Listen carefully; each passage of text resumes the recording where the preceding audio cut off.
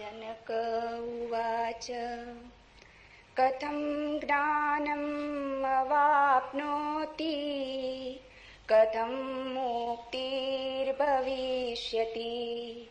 वैराग्यं च कथं प्राप्तम् एतद् ब्रूहि मम प्रभो।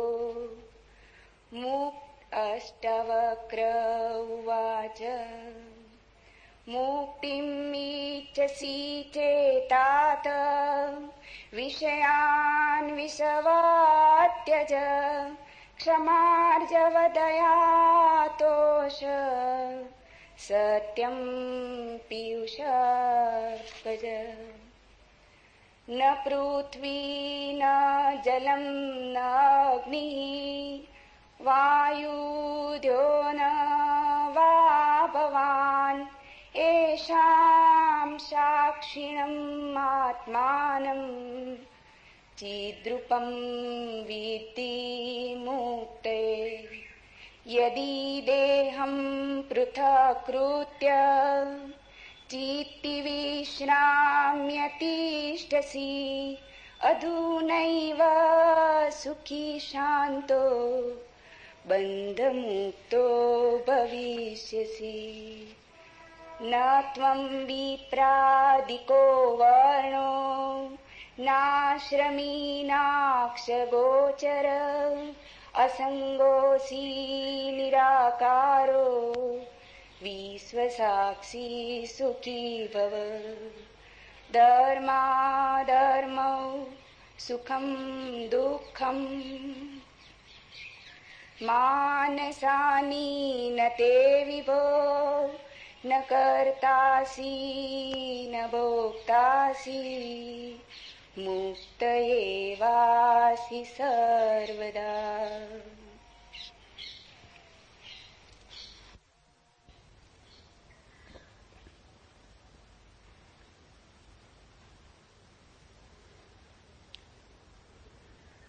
एक अनूठी यात्रा पर हम निकलते हैं।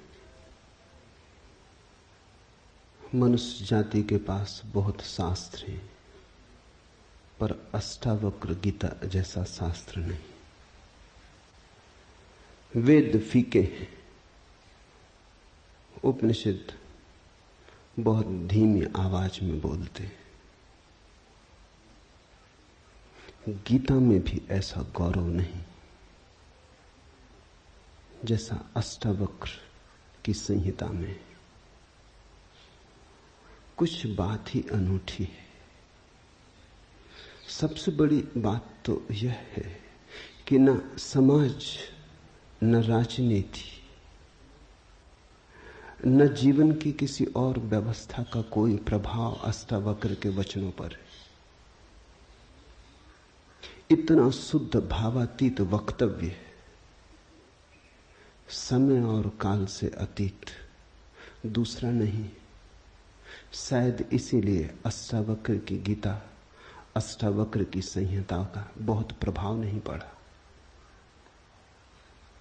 कृष्ण की गीता का बहुत प्रभाव पड़ा। पहला कारण, कृष्ण की गीता समन्वय है। सत्य की उतनी चिंता नहीं जितनी समन्वय की चिंता है। समन्वय का आग्रह इतना गहरा है कि अगर सत्य थोड़ा खो भी जाए तो कृष्ण राजी है। कृष्ण की गीता खिचड़ी जैसी है, इसलिए सभी को भाती है, क्योंकि सभी का कुछ ना कुछ उसमें मौजूद है। ऐसा कोई संप्रदाय खोजना मुश्किल है जो गीता में अपनी वाणी न खोज ले। ऐसा कोई व्यक्ति खोजना मुश्किल है जो गीता में अपने लिए कोई सहारा न खोज ले। इन सब के लिए अष्टावक्र की गीता बड़ी कठिन होगी। अष्टावक्र समन्वयवादी नहीं, सत्यवादी है। सत्य जैसा है वैसा कहा है, बिना किसी लाग लपेट के। सुनने वाले की चिंता नहीं, सुनने वाला समझेगा नहीं समझेगा इसकी भी चिंता नहीं। सत्य का ऐसा शुद्धतम वक्तव्य न पहले कहीं हुआ न फिर बाद में कभी हो सका। कृष्ण की गीता लोगों को प्रिय है क्योंकि अपना अर्थ निकाल लेना बहुत सुगम है। कृष्ण की गीता काव्यात्मक है।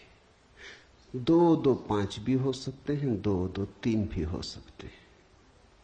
अष्टावक्र के साथ कोई खेल संभव नहीं, वहां 2 2 4 ही होते। अष्टावक्र का वक्तव्य शुद्ध गणित का वक्तव्य, वहां काव्य को जरा भी जगह नहीं,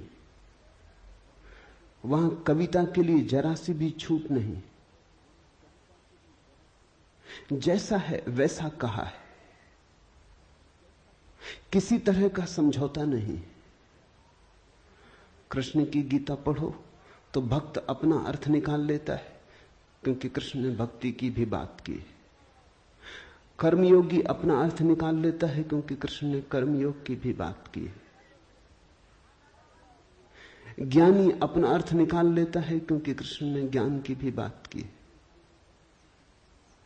कृष्ण कहीं भक्ति को सर्वश्रेष्ठ कहते हैं, कहीं ज्ञान को सर्वश्रेष्ठ कहते हैं, कहीं कर्म को सर्वश्रेष्ठ कहते हैं। कृष्ण का वक्तव्य बहुत राजनीतिक है। वो राजनेता थे, कुशल राजनेता थे। सिर्फ राजनेता थे इतना ही कहना उचित नहीं, कुटिल राजनीतिज्ञ थे, डिप्लोमेट थे। उनके वक्तव्य में बहुत सी बातों का ध्यान रखा गया, इसलिए सभी को गीता भा जाती है। इसलिए तो गीता पर हजारों टीकाएं हैं, अष्टावक्र पर कोई चिंता नहीं करता, क्योंकि अष्टावक्र के साथ राजी होना हो तो तुम्हें अपने को छोड़ना पड़ेगा। बेशर्त तुम अपने को न ले जा सकोगे, तुम पीछे रहोगे तो ही जा सकोगे। कृष्ण के साथ तुम अपने को ले जा सकते हो। कृष्ण के साथ तुम्हें बदलने की कोई भी जरूरत नहीं। कृष्ण के साथ तुम मौजू पड़ सकते हो। इसलिए सभी सांप्रदायिकों ने कृष्ण की गीता पर टीकाएं लिखी। शंकर ने, रामानुज ने, निम्बारक ने, बल्लभ ने, सबने अपने अर्थ निकाल लिए। कृष्ण ने कुछ ऐसी बात कही है जो बहुअर्थी है, इसलिए मैं कहता हूं काव्यात्मक है। कविता में से मन चाहे अर्थ निकल सकते हैं। कृष्ण का वक्तव्य ऐसा है जैसे वर्षा में बादल गिरते, जो चाहो देख लो। कोई देखता हाथी की सूंड, कोई चाहे गणेश जी को देख ले। किसी को कुछ भी नहीं दिखाई पड़ता, वो कहता कहां की फिजूल बातें कर रहे हो। बादल है, धुआं, इसमें कैसी आकृतियां देख रहे हो। पश्चिम में वैज्ञानिक मन के परीक्षण के लिए स्याही के धब्बे ब्लॉटिंग पेपर पर डाल देते हैं और व्यक्ति को कहते हैं देखो इसमें क्या दिखाई पड़ता है। व्यक्ति गौर से देखता है, उसे कुछ ना कुछ दिखाई पड़ता है। वहां कुछ भी नहीं, सिर्फ ब्लॉटिंग पेपर पर स्याही के धब्बे बेतरतीब फेंके गए, सोच विचार के भी फेंके नहीं गए हैं, ऐसे ही बोतल उड़ेल दी है। लेकिन देखने वाला कुछ ना कुछ खोज लेता है। जो देखने वाला खोजता है वो उसके मन में वो आरोपित कर लेता। तुमने भी देखा होगा, दीवार पर वर्षा का पानी पड़ता है, लकीरें खिंच जाती, कभी आदमी की शक्ल दिखाई पड़ती, कभी घोड़े की शक्ल दिखाई पड़ती। तुम जो देखना चाहते हो आरोपित कर लेते हो। रात के अंधेरे में कपड़ा टंगा है, भूत प्रेत दिखाई पड़ जाते। कृष्ण की गीता ऐसी ही है, जो तुम्हारे मन में है दिखाई पड़ जाएगा। तो शंकर ज्ञान देख लेते हैं, रामानुज भक्ति देख लेते हैं, तिलक कर्म देख लेते हैं, और सब अपने घर प्रसन्नचित्त लौट आते कि ठीक कृष्ण वही कहते हैं जो हमारी मान्यता है। इमर्सन ने लिखा है कि एक बार एक पड़ोसी प्लेटो की किताबें उनसे मांग के ले गया। अब प्लेटो 2000 साल पहले हुआ और दुनिया के थोड़े से अनूठे विचारकों में से एक। कुछ दिनों बाद इमर्सन ने कहा किताबें पढ़नी हो तो वापस करने। वो पड़ोसी लौटा गया। इमर्सन ने पूछा कैसी लगी। उस आदमी ने कहा कि ठीक इस आदमी प्लेटो के विचार मुझसे मिलते जुलते। कई दफे तो मुझे ऐसा लगा कि इस आदमी को मेरे विचारों का पता कैसे चल गया। प्लेटो 2000 साल पहले हुआ है। इसको शक हो रहा है कि इसने कहीं मेरे विचार तो नहीं चुरा लिए। कृष्ण में ऐसा शक बहुत बार होता है।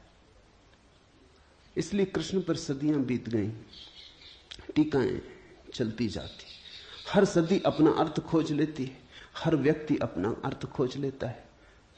कृष्ण की गीता स्याही के धब्बों जैसी एक कुशल राजनीतिज्ञ का वक्तव्य है।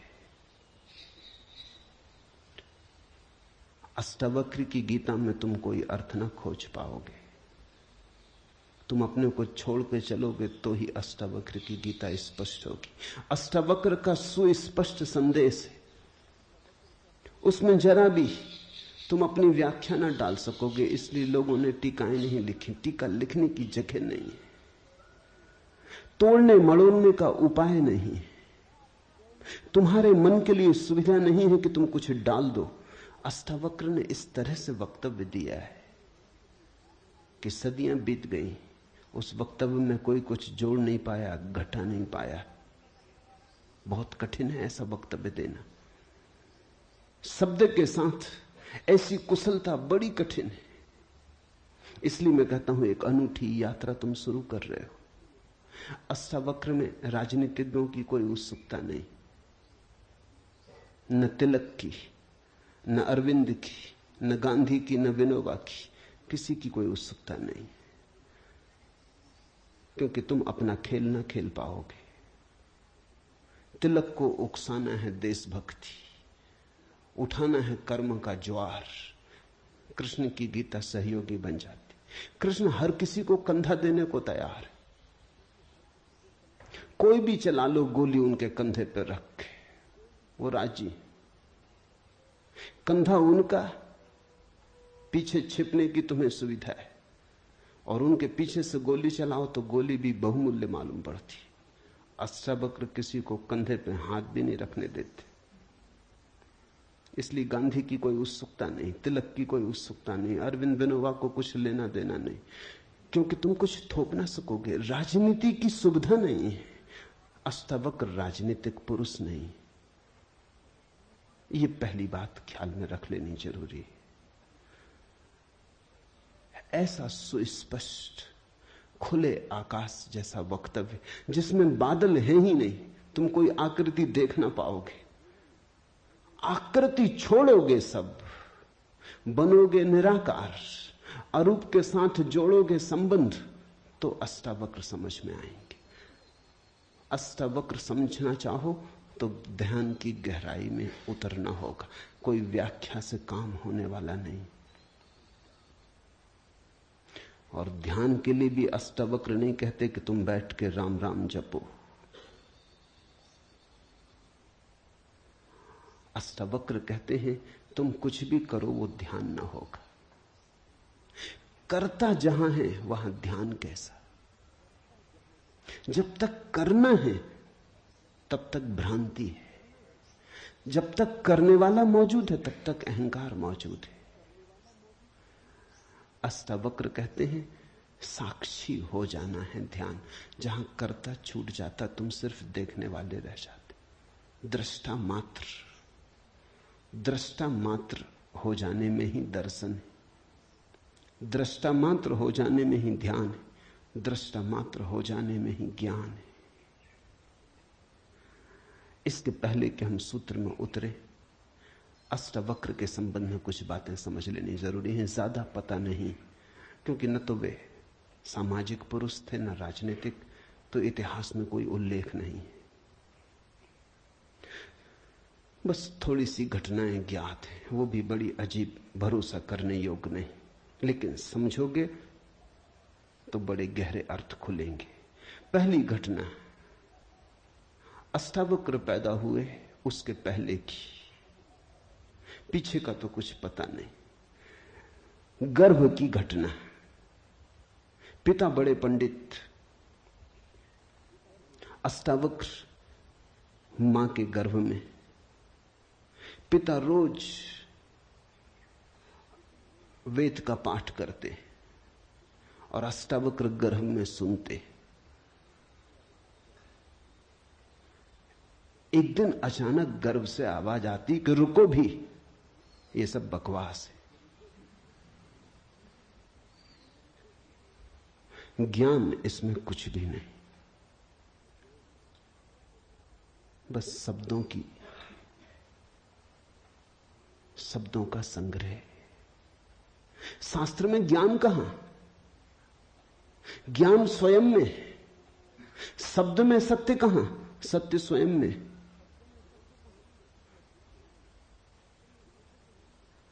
पिता स्वभावतः नाराज हुए। एक तो पिता, फिर पंडित, और गर्भ में छिपा हुआ बेटा इस तरह की बात कहे, अभी पैदा भी नहीं हुआ। क्रोध में आ गए, आग बबूला हो गए। पिता का अहंकार चोट खा गया। फिर पंडित का अहंकार। बड़े पंडित थे, बड़े विवादी थे, शास्त्रार्थी थे। क्रोध में अभिशाप दे दिया कि जब पैदा होगा तो 8 अंगों से टेढ़ा होगा, इसलिए नाम अष्टावक्र। 8 जगह से कुबड़े पैदा हुए, 8 जगह से ऊंट की भांति इर्छे तिरछे। पिता ने क्रोध में शरीर को विक्षत कर दिया। ऐसी और भी कथाएं हैं। कहते हैं बुद्ध जब पैदा हुए तो खड़े खड़े पैदा हुए। मां खड़ी थी वृक्ष के तले, खड़े खड़े मां खड़ी थी, खड़े खड़े पैदा हुए। जमीन पर गिरे नहीं कि चले, 7 कदम चले। 8वें कदम पर रुककर 4 आर्य सत्यों की घोषणा की कि जीवन दुख है। अभी 7 कदम ही चले हैं पृथ्वी पर कि जीवन दुख है, कि दुख से मुक्त होने की संभावना है, कि दुख मुक्ति का उपाय है, कि दुख मुक्ति की अवस्था है, निर्वाण की अवस्था है। लाओत्सु के संबंध में कथा है कि लाओत्सु बूढ़े पैदा हुए, 80 वर्ष के पैदा हुए, 80 वर्ष तक गर्भ में ही रहे। कुछ करने की चाह ही न थी तो गर्भ से निकलने की चाह भी न हुई। कोई वासना ही न थी तो संसार में आने की भी वासना न हुई।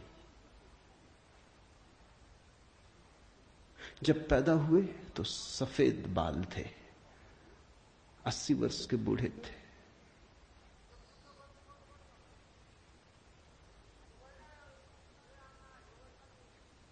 जरथुस्त्र के संबंध में कथा है कि जब जरथुस्त्र पैदा हुए तो पैदा होते से ही खिलखिला के हंसे, मगर इन सबको मात कर दिया अष्टावक्र।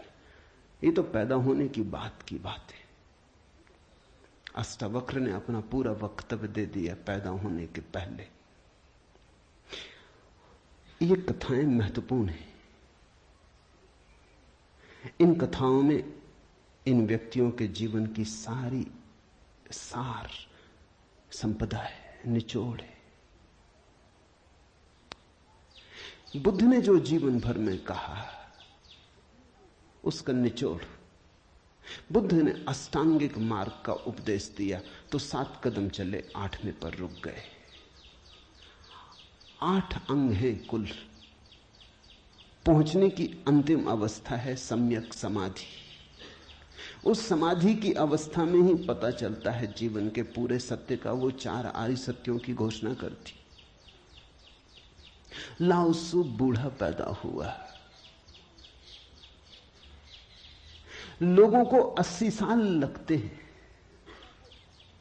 तब भी ऐसी समझ नहीं आ पाती। बूढ़े होकर भी लोग बुद्धिमान कहां हो पाते। बूढ़ा होना और बुद्धिमान होना पर्यायवाची तो नहीं। बाल तो धूप में भी पकाए जा सकते हैं। लाओत्सु की कथा इतना ही कहती है कि अगर जीवन में त्वरा हो तीव्रता हो तो जो 80 साल में घटता है वो एक क्षण में घट सकता है। प्रज्ञा की तीव्रता हो तो एक क्षण में घट सकता है। बुद्धि मलिन हो तो 80 साल में भी कहां घटता है। जरथुस्त्र जन्म के साथ ही हंसे। जरथुस्त्र का धर्म अकेला धर्म है दुनिया में जिसको हंसता हुआ धर्म कह सकते। अति पार्थिव पृथ्वी का धर्म है। इसलिए तो पारसी दूसरे धार्मिकों को धार्मिक नहीं मालूम होते, नाचते गाते प्रसन्न। जरथुस्त्र का धर्म हंसता हुआ धर्म है, जीवन के स्वीकार का धर्म है, निषेध नहीं है, त्याग नहीं है। तुमने कोई पारसी साधु देखा? नंग धड़ंग खड़ा हो जाए, छोड़ दे, धूप में खड़ा हो जाए, धूनी रमा के बैठ जाए? नहीं, पारसी धर्म में जीवन को सताने, कष्ट देने की कोई व्यवस्था नहीं। जरथुस्त्र का सारा संदेश यही है कि जब हंसते हुए परमात्मा को पाया जा सकता है तो रोते हुए क्यों पाना। जब नाचते हुए पहुंच सकते हैं उस मंदिर तक तो नाहक कांटे क्यों बोने। जब फूलों के साथ जाना हो सकता है तो ये दुखवाद क्यों। इसलिए ठीक है, प्रतीक ठीक है कि जरथुस्त्र पैदा होते हंसे। इन कथाओं में इतिहास मत खोजना, ऐसा हुआ है ऐसा नहीं है, लेकिन इन कथाओं में एक बड़ा गहरा अर्थ है। तुम्हारे पास एक बीज पड़ा है, जब तुम बीज को देखते हो तो इससे पैदा होने वाले फूल की कोई भी तो खबर नहीं मिलती। ये क्या हो सकता है इसकी भनक भी तो नहीं आती। ये कमल बनेगा, खिलेगा, जल में रहेगा और जल से अछूता रहेगा, सूरज की किरणों पर नाचेगा और सूरज भी ईर्ष्यालु होगा इसके सौंदर्य से, इसकी कोमलता से, इसके अपूर्व गरिमा, इसके प्रसाद से, इसकी सुगंध आकाश में उड़ेगी। ये बीज को देखकर तो पता भी नहीं चलता। बीज को तो देख के इसकी कोई कल्पना भी नहीं कर सकता, अनुमान भी नहीं कर सकता। लेकिन एक दिन ये घटता है। तो दो तरह से हम सोच सकते हैं। या तो हम बीज को पकड़ लें जोर से और हम कहें जो बीज में दिखाई नहीं पड़ा वो कमल में भी घट नहीं सकता। ये भ्रम है, ये धोखा है, ये झूठ है। जिनको हम तर्कनिष्ठ कहते हैं, संदेहशील कहते हैं, उनका यही आधार है। वो कहते हैं जो बीज में नहीं दिखाई पड़ा वो फूल में हो नहीं सकता, कहीं भ्रांति हो रही है। इसलिए संदेहशील व्यक्ति बुद्ध को मान नहीं पाता, महावीर को स्वीकार नहीं कर पाता, जीसस को अंगीकार नहीं कर पाता, क्योंकि वो कहते हैं हमने जाना इनको। जीसस अपने गांव में आए, बड़े हैरान हुए, गांव के लोगों ने कोई चिंता ही न की। जीसस का वक्तव्य है कि पैगंबर की अपने गांव में पूजा नहीं होती। कारण क्या रहा होगा, क्यों नहीं होती गांव में पूजा पैगंबर की? गांव के लोगों ने बचपन से देखा, बड़े ही जोसेफ का लड़का है, लकड़ियां ढोते देखा, रिंदा चलाते देखा, लकड़ियां चीरते देखा, पसीने से लथपथ देखा, सड़कों पर खेलते देखा, झगड़ते देखा। गांव के लोग इसे बचपन से जानते हैं, बीज की तरह देखा। आज अचानक ये हो कैसे सकता है कि परमात्मा का पुत्र हो गए? नहीं, जिसने बीज को देखा है वो फूल को मान नहीं पाता। वो कहता है जरूर धोखा होगा, बेईमानी होगी, ये आदमी पाखंडी है। बुद्ध अपने घर वापस लौटे तो पिता, सारी दुनिया को जो दिखाई पड़ रहा था वो पिता को दिखाई नहीं पड़ा। सारी दुनिया अनुभव कर रही थी एक प्रकाश, दूर दूर तक खबरें जा रही थी, दूर देशों से लोग आने शुरू हो गए थे। लेकिन जब वापस बुद्ध घर आए 12 साल बाद, तो पिता ने कहा मैं तुझे अभी भी क्षमा कर सकता हूं, यद्यपि तूने काम तो बुरा किया है, सताया तो तूने हमें, अपराध तो तूने किया, लेकिन मेरे पास पिता का हृदय, मैं माफ कर दूंगा, द्वार तेरे लिए खुले, मगर फेंक ये भिक्षा का पात्र, हटा ये भिक्षु का वेश, ये सब नहीं चलेगा। तो वापस लौटा, ये राज्य तेरा है, मैं बूढ़ा हो गया, इसको कौन संभालेगा? हो गया बचपना बहुत, अब बंद करो ये सब खेल। बुद्ध ने कहा कृपा कर मुझे देखें तो, जो गया था वो वापस नहीं आया है, ये कोई और ही आया है जो आपके घर पैदा हुआ था, वही वापस नहीं आया है, ये कोई और ही आया है, बीज फूल होके आया है। गौर से तो देखो, पिता ने कहा तू मुझे सिखाने चला है।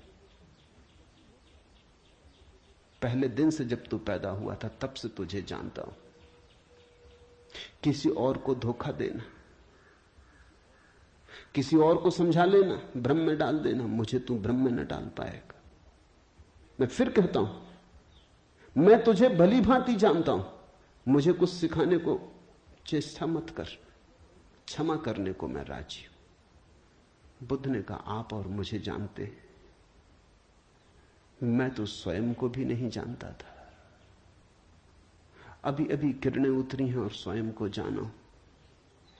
क्षमा करे, लेकिन यह मुझे कहना ही पड़ेगा कि जिसको आपने देखा वो मैं नहीं हूं, और जहां तक आपने देखा वो मैं नहीं हूं। बाहर बाहर आपने देखा, भीतर आपने कहां देखा? मैं आपसे पैदा हुआ हूं, लेकिन आपने मुझे निर्मित नहीं किया। मैं आपसे आया हूं जैसे एक रास्ते से कोई राहगीर आता है, लेकिन रास्ता और राहगीर का क्या लेना देना? कल रास्ता कहने लगे कि मैं तुझे पहचानता हूं, तू मेरे ही से तो होकर आया। ऐसे ही आप कह रहे हैं, आपके पहले भी मैं था, जन्मों जन्मों से मेरी यात्रा चल रही, आपसे गुजरा जरूर, ऐसा मैं औरों से भी गुजरा हूं, और भी मेरे पिता थे, और भी मेरी माताएं थी, लेकिन मेरा होना बड़ा अलग थलग है, कठिन है, बहुत अति कठिन है। अगर बीज देखा तो फूल पे भरोसा नहीं आता। एक तो ढंग है अश्रद्धालु का, तर्कवादी का, संदेहशील का, कि वो कहता है बीज को हम पहचानते हैं तो फूल हो नहीं सकता, हम कीचड़ को जानते हैं, उस कीचड़ से कमल हो कैसे सकता है? सब गलत, सपना होगा, भ्रांति होगी, किसी मोहजाल में पड़ गए होगे, किसी ने धोखा दे दिया, कोई जादू, कोई तिलिस्म। एक तो ये रास्ता है, एक रास्ता है श्रद्धालु का, प्रेमी का, भक्त का, सहानुभूति से भरे हृदय का। वो फूल को देखता है और फूल से पीछे की तरफ यात्रा करता है। वो कहता है जब फूल में ऐसा सुगंध हुई, जब फूल में ऐसी विभा प्रकट हुई, जब फूल में ऐसी प्रतिभा, जब फूल में ऐसा कुंवारापन दिखा, तो जरूर बीज में भी रहा होगा, क्योंकि जो फूल में हुआ है वो बीज में न हो तो हो ही नहीं सकता। ये सारी कथाएं घटी हैं, ऐसा नहीं। जिन्होंने अष्टावक्र के फूल को देखा, उनको यह ख्याल में आया कि जो आज हुआ है वो कल भी रहा होगा, छिपा था, अवगुंठित था, पर्दे में पड़ा था। जो आज है, अंत में है, वो प्रथम भी रहा होगा। जो मृत्यु के क्षण में दिखाई पड़ रहा है, वो जन्म के क्षण में भी मौजूद रहा होगा, अन्यथा पैदा कैसे होता?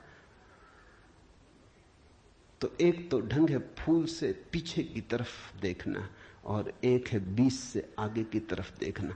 गौर से देखो तो दोनों में सारसूत्र एक ही है, दोनों की आधार भित्ति एक ही है, लेकिन कितना जमीन आसमान का अंतर हो जाता है। जो बीज वाला है वो भी ये कह रहा है कि जो बीज में नहीं है वो फूल में कैसे हो सकता है, ये उसका तर्क है। फूल वाला भी यही कह रहा है, वो कह रहा है जो फूल में है वो बीज में भी होना ही चाहिए। दोनों का तर्क तो एक है, लेकिन दोनों के देखने के ढंग अलग है। बड़ी अड़चन।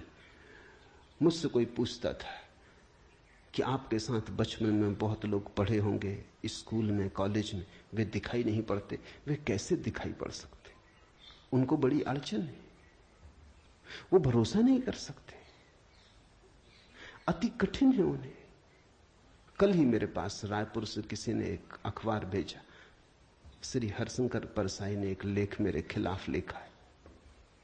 वो मुझे जानते हैं, कॉलेज के दिनों से जानते हैं, हिंदी के मूर्धन्य व्यंग्य लेखक के। मेरे मन में उनकी कृतियों का आदर है। लेख में उन्होंने लिखा है कि जबलपुर की हवा में कुछ खराबी है। यहां धोखेबाज और धूर्ती पैदा होते, जैसे रजनीश, महेश योगी, मुंदड़ा, 3 नाम उन्होंने गिनाए। धन्यवाद उनका, कम से कम मेरा नाम नंबर 1 तो गिनाया। इतनी याद तो रखी, एकदम बिसार नहीं दिया, बिल्कुल भूल गए हो ऐसा नहीं।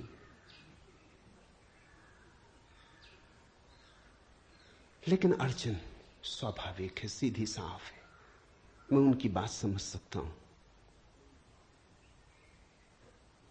यह असंभव है बीज को देखा तो फूल में भरोसा। फिर जिन्होंने फूल को देखा उन्हें बीज में भरोसा मुश्किल हो जाता है। तो सभी महापुरुषों की जीवन कथाएं 2 ढंग से लिखी जाती हैं। जो उनके विपरीत हैं वो बचपन से यात्रा शुरू करते हैं, जो उनके पक्ष में है वो अंत से यात्रा शुरू करते हैं और बचपन की तरफ जाते हैं। दोनों एक अर्थ में सही है, लेकिन जो बचपन से यात्रा करके अंत की तरफ जाते हैं वो वंचित रह जाते हैं।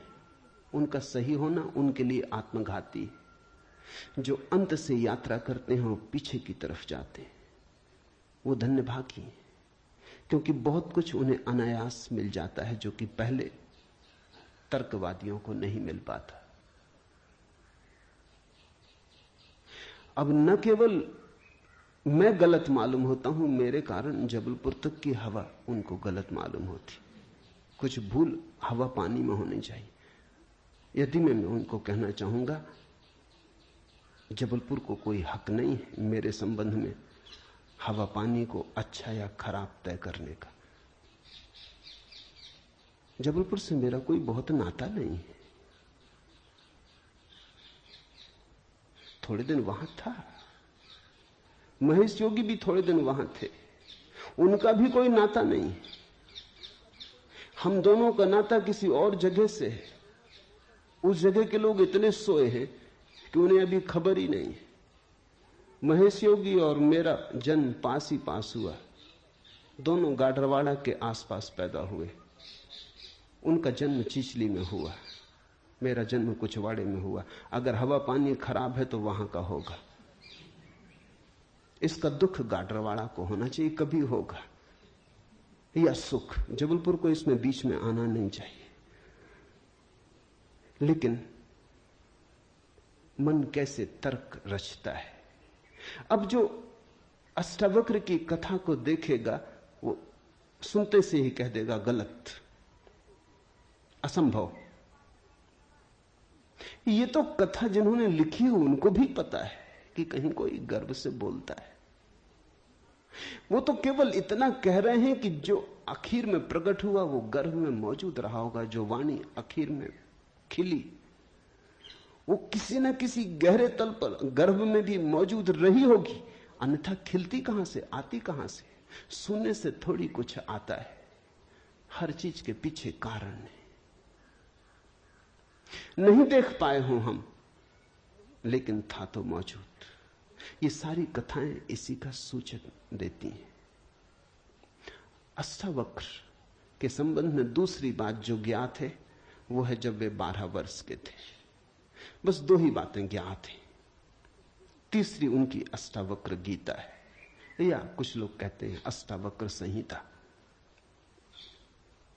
जब वे 12 वर्ष के थे तो एक बड़ा विशाल शास्त्रार्थ जनक ने रचा। जनक सम्राट थे और उन्होंने सारे देश के पंडितों को निमंत्रण दिया और उन्होंने 1000 गायें राजमहल के द्वार पर खड़ी कर दी और उन्होंने गायों के सींगों पर सोना मढ़ दिया और हीरे जवाहरात लटका दिए और कहा जो भी विजेता होगा वो इन गांवों को हाँक के ले जाए। बड़ा विवाद हुआ। अष्टावक्र के पिता भी उस विवाद में गए। खबर आई सांझ होते होते कि पिता हार रहे हैं। सबसे तो जीत चुके थे, वंदिन नाम के एक पंडित से हारे जा रहे हैं। ये खबर सुन के अष्टावक्र भी राजमहल पहुंच गया। सभा सजी थी, विवाद अपनी आखिरी चरम अवस्था में था, निर्णायक घड़ी करीब आती थी। पिता के हारने की स्थिति बिल्कुल पूरी तय हो चुकी थी। अब हारे तब हारे की अवस्था थी। अष्टावक्र दरबार में भीतर चला गया। पंडितों ने उसे देखा, महापंडित इकट्ठे थे। उसका 8 अंगों से टेढ़ा मेढ़ा शरीर, वो चलता तो भी देख के लोगों को हंसी आती। उसका चलना भी बड़ा हास्यास्पद था। सारी सभा हंसने लगी। अष्टावक्र भी खिल के हंसा। जनक ने पूछा, और सब हंसते हैं वो तो मैं समझ गया क्यों हंसते, लेकिन बेटे तू क्यों हंसा? अष्टावक्र ने कहा, मैं इसलिए हंस रहा हूं कि इन चम्हारों की सभा में सत्य का निर्णय हो रहा है। बड़ा आदमी अनूठा रहा होगा। ये चम्हार यहां क्या कर रहे हैं? सन्नाटा छा गया। चम्हार? सम्राट ने पूछा, तेरा मतलब? उसने कहा, सीधी सी बात है, इनको चमड़ी ही दिखाई पड़ती है, मैं नहीं दिखाई पड़ता। मुझसे सीधा साधा आदमी खोजना मुश्किल है, वो तो इनको दिखाई ही नहीं पड़ता। इनको आड़ा टेढ़ा शरीर दिखाई पड़ता है। ये चम्हार है, ये चमड़ी के पारखी। राजन, मंदिर के टेढ़े होने से कहीं आकाश टेढ़ा होता है?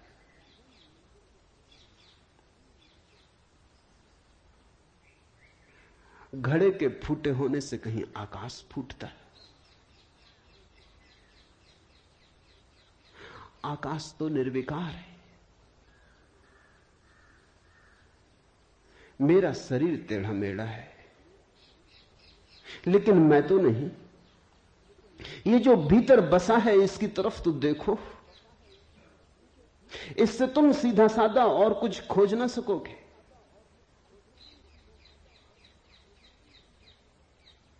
ये बड़ी चौंकाने वाली घोषणा थी। सन्नाटा छा गया होगा। जनक प्रभावित हुआ,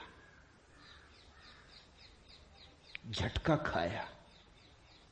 निश्चित ही कहां चम्हारों की भीड़ इकट्ठी करके बैठा है।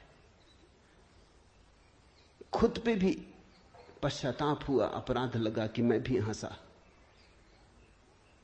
उस दिन तो कुछ न कहते बना, लेकिन दूसरे दिन सुबह जब सम्राट घूमने निकला था तो राह पर अष्टावक्र दिखाई पड़ा। उतरा, घोड़े से पैरों में गिर पड़ा।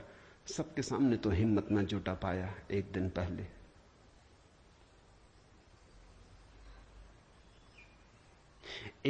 पहले तो कहा था, बेटे तू क्यों हंसता है? 12 साल का लड़का था। उम्र तौली थी, आज उम्र नहीं तौली। आज घोड़े से उतर गया, पैर पर गिर पड़ा, साष्टांग दंडवत, और कहा, पधारें राजमहल, मेरी जिज्ञासाओं का समाधान करें। हे प्रभु, आए मेरे घर। बात मेरी समझ में आ गई। रात भर में सो ना सका। ठीक ही कहा, शरीर को ही जो पहचानते हैं उनकी पहचान गहरी कहां। आत्मा के संबंध में विवाद कर रहे हैं और अभी भी शरीर में रस और विरस पैदा होता है, घृणा, आकर्षण पैदा होता है। मर्त्य को देख रहे हैं, अमृत की चर्चा करते हैं। धन्य भाग मेरे कि आप आए और मुझे चौंकाया, मेरी नींद तोड़ दी। अब पधारो। राजमहल में उसने बड़ी सजावट कर रखी थी। स्वर्ण सिंहासन पर बिठाया था इस 12 साल के अष्टावक्र को और उससे जिज्ञासा की, पहला सूत्र जनक की जिज्ञासा है। जनक ने पूछा है, अष्टावक्र ने समझाया है। इससे ज्यादा अष्टावक्र के संबंध में और कुछ पता नहीं है, और कुछ पता होने की जरूरत भी नहीं। काफी है, इतना बहुत है। हीरे बहुत होते भी नहीं, कंकड़ पत्थर ही बहुत होते। हीरा एक भी काफी होता है। ये दो छोटी सी घटनाएं हैं। एक तो जन्म के पहले की गर्भ से आवाज और घोषणा कि क्या पागलपन में पड़े हो, शास्त्र में उलझे हो, शब्द में उलझे हो, जागो। ये ज्ञान नहीं है, ये सब उधार है, ये सब बुद्धि का ही जाल है, अनुभव नहीं। इसमें रंच मात्र भी सार नहीं है। कब तक अपने को भरमाए रखोगे? और दूसरी घटना, राजमहल में हंसना पंडितों का और कहना अष्टावक्र का कि जीवन में देखने की दो दृष्टियां हैं, एक आत्मदृष्टि, एक चर्म दृष्टि। चम्हार चमड़ी को देखता है, प्रज्ञावान आत्मा को देखता है। तुमने गौर किया? चम्हार तुम्हारे चेहरे की तरफ देखते नहीं, वो जूते को ही देखता। असल में चम्हार जूते को देख के सब पहचान लेता तुम्हारे संबंध में कि आर्थिक हालत कैसी है, सफलता मिल रही कि विफलता मिल रही, भाग्य कैसा चल रहा, वो सब जूते में लिखा है। जूते की सिलवटें कह देती, जूते की दशा कह देती, जूते में तुम्हारी आत्मकथा लिखी। चम्हार पढ़ लेता। जूते में चमक, जूते का ताजा और नया होना चम्हार तुमसे प्रसन्नता से मिलता है। जूता ही उसके लिए तुम्हारी आत्मा का सबूत है। दर्जी कपड़े देखता है, तुम्हारा कोट कपड़ा देख के समझ लेता हालत कैसी। सबकी अपनी बंधी हुई दृष्टियां हैं। सिर्फ आत्मवान ही आत्मा को देखता है, उसकी कोई दृष्टि नहीं है, उसके पास दर्शन है। एक छोटी घटना और जो अष्टावक्र के जीवन से संबंधित नहीं, रामकृष्ण और विवेकानंद के जीवन से संबंधित है, लेकिन अष्टावक्र से उसका जोड़ है। फिर हम सूत्रों में प्रवेश करें। विवेकानंद रामकृष्ण के पास आए तब उनका नाम नरेंद्रनाथ था। विवेकानंद तो बाद में रामकृष्ण ने उनको पुकारा। जब आए रामकृष्ण के पास तो अति विवादी थे, नास्तिक थे, तर्कवादी थे, हर चीज के लिए प्रमाण चाहते थे। कुछ चीजें हैं जिनके लिए कोई प्रमाण नहीं, मजबूरी है। परमात्मा के लिए कोई प्रमाण नहीं है और प्रमाण नहीं। प्रेम के लिए कोई प्रमाण नहीं है और प्रमाण नहीं। सौंदर्य के लिए कोई प्रमाण नहीं है और प्रमाण नहीं है। अगर मैं कहूं देखो ये खजूरेना के वृक्ष कैसे सुंदर, और तुम कहो हमें तो कोई सौंदर्य दिखाई नहीं पड़ता, वृक्ष जैसे वृक्ष, सिद्ध करें मुश्किल हो जाएगी। कैसे सिद्ध करें कि सुंदर है? सुंदर होने के लिए सौंदर्य की परख चाहिए और तो कोई उपाय नहीं। आंख चाहिए और तो कोई उपाय नहीं। कहते हैं मजनू ने कहा कि लैला को जानना हो तो मजनू की आंख चाहिए। ठीक कहा। लैला को देखने का और कोई उपाय ही नहीं।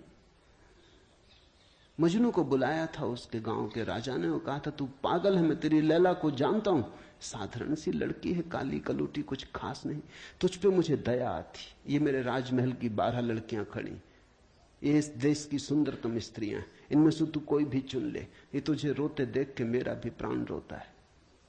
उसने देखा और उसने कहा इनमें तो लैला कोई भी नहीं, ये तो लैला के मुकाबले तो दूर, उसके चरण की धूल भी नहीं।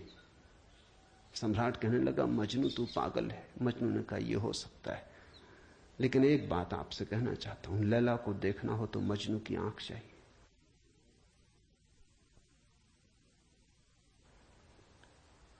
कहा मजनू ने। अगर वृक्षों के सौंदर्य को देखना हो तो कला की आंख चाहिए और कोई प्रमाण नहीं। अगर किसी के प्रेम को पहचानना हो तो प्रेमी का हृदय चाहिए और कोई प्रमाण नहीं। और परमात्मा तो इस जगत के सारे सौंदर्य और सारे प्रेम और सारे सत्य का इकट्ठा नाम है। उसके लिए तो ऐसा निर्विकार चित्त चाहिए, ऐसा साक्षी भाव चाहिए जहां कोई शब्द न रह जाए, कोई विचार न रह जाए, कोई तरंग न उठे, वहां कोई धूल न रह जाए। मन की और चित्त का दर्पण परिपूर्ण शुद्ध हो। प्रमाण कहां? रामकृष्ण से विवेकानंद ने कहा प्रमाण चाहिए। है परमात्मा तो प्रमाण थे। और विवेकानंद को देखा रामकृष्ण ने। बड़ी थी संभावना इस युवक की, बड़ी थी यात्रा इसके भविष्य की, बहुत कुछ होने को पड़ा था इसके भीतर, बड़ा खजाना था, उससे ये अपरिचित है। रामकृष्ण ने देखा, इस युवक के पिछले जन्मों में झांका। ये बड़ी संपदा, बड़े पुण्य की संपदा लेकर आ रहा है। ये ऐसे ही तर्क में दबा न रह जाए। कराह उठा होगा पीड़ा और करुणा से रामकृष्ण का हृदय। उन्होंने कहा छोड़, प्रमाण वगैरह बाद में सोच लेंगे। मैं जरा बूढ़ा हुआ, मुझे पढ़ने में अड़चन होती, तू अभी जवान, तेरी आंख अभी तेज, ये किताब पढ़ी, इसे तू पढ़। वो थी अष्टावक्र गीता, जरा मुझे सुनाते। कहते हैं विवेकानंद को इसमें तो कुछ अड़चन न मालूम पड़ी। यह आदमी कुछ ऐसी तो कोई खास बात नहीं मांग रहा है। 2-4 सूत्र पढ़े और एक घबराहट और रोआ रोआ कपने लगा। और विवेकानंद ने कहा मुझसे नहीं पढ़ा जाता। रामकृष्ण ने कहा पढ़ भी, इसमें हर्ज क्या है, तेरा क्या बिगाड़ लेगी ये किताब, तू जवान है अभी, तेरी आंख अभी ताजी, और मैं बूढ़ा हुआ, मुझे पढ़ने में दिक्कत होती, और ये किताब मुझे पढ़नी तो तू पढ़ के सुना दे। कहते हैं उस किताब को सुनाते सुनाते ही विवेकानंद डूब गए। रामकृष्ण ने देखा इस व्यक्ति के भीतर बड़ी संभावना है, बड़ी शुद्ध संभावना है, जैसी एक बोधिसत्व की होती, जो कभी न कभी बुद्ध होना जिसका निर्णीत है। आज नहीं कल भटके कितना ही, बुद्धत्व जिसके पास चला आ रहा है। क्यों अष्टावक्र की गीता रामकृष्ण ने कही कि तू पढ़ के मुझे सुना दे? क्योंकि इससे ज्यादा शुद्धतम वक्तव्य और कोई नहीं। ये शब्द भी अगर तुम्हारे भीतर पहुंच जाएं तो तुम्हारी सोई हुई आत्मा को जगाने लगेंगे। ये शब्द तुम्हें तरंगायित करेंगे, ये शब्द तुम्हें आह्लादित करेंगे, ये शब्द तुम्हें झकझोरेंगे। इन शब्दों के साथ क्रांति घटित हो सकती। अष्टावक्र की गीता को मैंने यूं ही नहीं चुना है, और जल्दी नहीं चुना, बहुत देर करके चुना है, सोच विचार के। दिन थे जब मैं कृष्ण की गीता पर बोला, क्योंकि भीड़ भाड़ मेरे पास थी। भीड़ भाड़ के लिए अष्टावक्र गीता का कोई अर्थ न था। बड़ी चेष्टा करके भीड़ भाड़ से छुटकारा पाया है। अब तो थोड़े से विवेकानंद यहां हैं,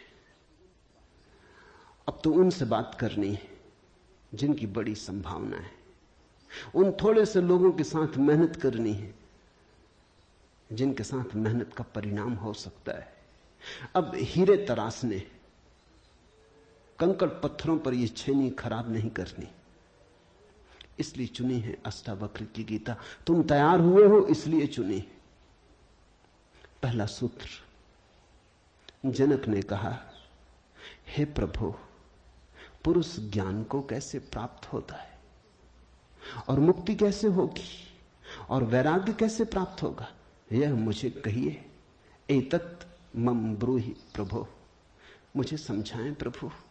12 साल के लड़के से सम्राट जनक का कहना, हे प्रभु, भगवान मुझे समझाएं। एतत् मम ब्रूहि, मुझे ना समझ को कुछ समझ दें, मुझे अज्ञानी को जगाएं। 3 प्रश्न पूछे हैं। कथम ज्ञानम, कैसे होगा ज्ञान? साधारणता तो हम सोचेंगे कि यह भी कोई पूछने की बात है, किताबों में भरा पड़ा है। जनक भी जानता था किताबों में भरा पड़ा है वो ज्ञान नहीं, वो केवल ज्ञान की धूल है, राख है। ज्ञान की ज्योति जब जलती है तो पीछे राख छूट जाती है, राख इकट्ठी होती चली जाती, शास्त्र बन जाती। वेद राख है। कभी जलते हुए अंगारे थे, ऋषियों ने उन्हें अपनी आत्मा में जलाया था, फिर राख रह गए। फिर राख संयोजित की जाती, संग्रहित की जाती, सुव्यवस्थित की जाती। जैसे जब आदमी मर जाता है तो हम उसकी राख इकट्ठी कर लेते हैं, उसको फूल कहते हैं। बड़े मजेदार लोग हैं जिंदगी में जिसको फूल नहीं कहा। उसकी हड्डी वड्डियां इकट्ठी कर लाते हैं, कहते फूल संजोला है, फिर संभाल कर रखते, मंजूसा बनाते। जिसको जिंदगी में कभी फूल का आदर नहीं दिया, जिसको जिंदगी में कभी फूल की तरह देखा नहीं, जब मर जाता है आदमी पागल है, तब उसकी हड्डी को, राख को फूल कहते। ऐसे ही जब कोई बुद्ध जीवित होता है तब तुम सुनते नहीं।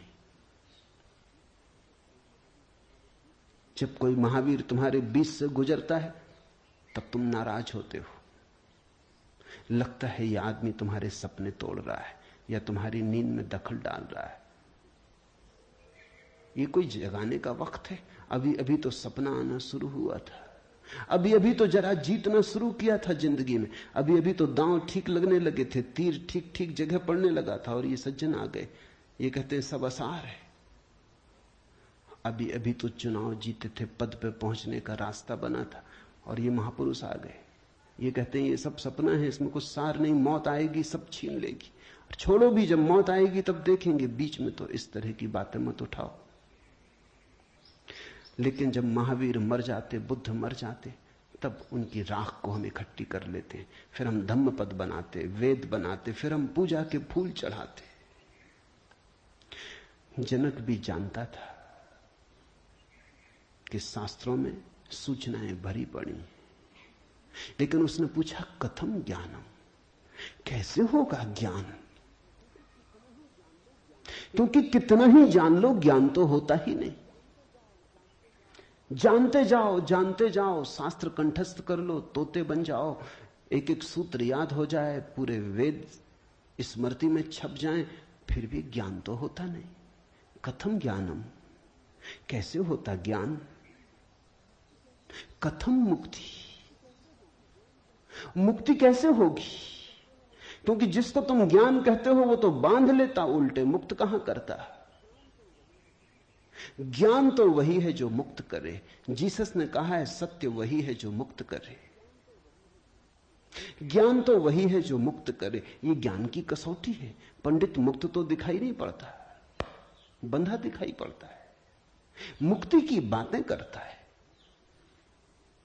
मुक्त दिखाई नहीं पड़ता है, हजार बंधनों में बंधा हुआ मालूम पड़ता है।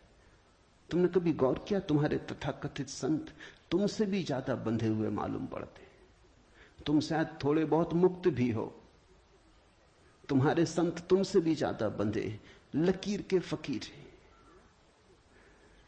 न उठ सकते स्वतंत्रता से, न बैठ सकते स्वतंत्रता से, न जी सकते स्वतंत्रता से। कुछ दिनों पहले कुछ जैन साध्वियों की मेरे पास खबर आई कि वो मिलना चाहती, मगर श्रावक आने नहीं देते। ये भी बड़े मजे की बात हुई। साधु का अर्थ होता है जिसने फिक्र छोड़ी समाज की, जो चल पड़ा अरण्य की यात्रा पर, जिसने कहा अब न तुम्हारे आदर की मुझे जरूरत है, न सम्मान की। लेकिन साधु साध्वी कहते हैं श्रावक आने नहीं देते। वो कहते हैं वहां भूल के मत जाना, वहां गए तो ये दरवाजा बंद। ये कोई साधुता हुई? ये तो परतंत्रता हुई, गुलामी हुई। ये तो बड़ी उल्टी बात हुई। ये तो ऐसा हुआ कि साधु श्रावक को बदले, उसकी जगह श्रावक साधु को बदल रहा है।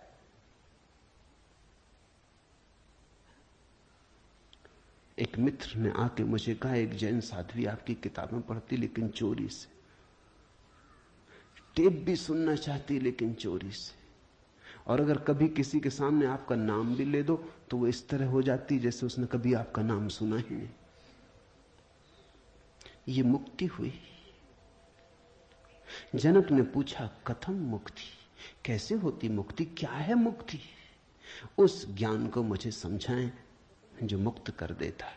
स्वतंत्रता मनुष्य की सबसे महत्वपूर्ण आकांक्षा है।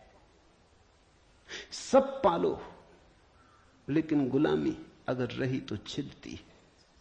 सब मिल जाए, स्वतंत्रता ना मिले तो कुछ भी नहीं मिला। मनुष्य चाहता है खुला आकाश, कोई सीमा ना हो। वो मनुष्य की अंतरतम निगूढ़तम आकांक्षा है, जहां कोई सीमा ना हो, कोई बाधा ना हो। इसी को परमात्मा होने की आकांक्षा कहो, मोक्ष की आकांक्षा कहो। हमने ठीक शब्द चुना है, मोक्ष। दुनिया की किसी भाषा में ऐसा प्यारा शब्द नहीं। स्वर्ग, फिरदौस, इस तरह के शब्द हैं, लेकिन उन शब्दों में मोक्ष की कोई धुन नहीं है। मोक्ष का संगीत ही अनूठा है। उसका अर्थ ही केवल इतना है, ऐसी परम स्वतंत्रता जिस पर कोई बाधा नहीं है। स्वतंत्रता इतनी शुद्ध कि जिस पे कोई सीमा नहीं। पूछा जनक ने कैसे होगी मुक्ति और कैसे होगा वैराग्य? हे प्रभु मुझे समझाकर कहिए। अष्टावक्र ने गौर से देखा होगा जनक की तरफ, क्योंकि गुरु के लिए वही पहला काम है कि जब कोई जिज्ञासा करे तो वो गौर से देखे जिज्ञासा किस स्रोत से आती, पूछने वाले ने क्यों पूछा है। उत्तर तो तभी सार्थक हो सकता है जब प्रश्न क्यों किया गया है वो समझ में आ जाए, वो साफ हो जाए। ध्यान रखना, सद्ज्ञान को उपलब्ध व्यक्ति, सद्गुरु तुम्हारे प्रश्न का उत्तर नहीं देता, तुम्हें उत्तर देता है। तुम क्या पूछते हो इसकी फिक्र कम है, तुमने क्यों पूछा है, तुम्हारे पूछने के पीछे अंतर चेतन में छिपा हुआ जाल क्या है, तुम्हारे प्रश्नों की आड़ में वस्तुतः कौन सी आकांक्षा छिपी है।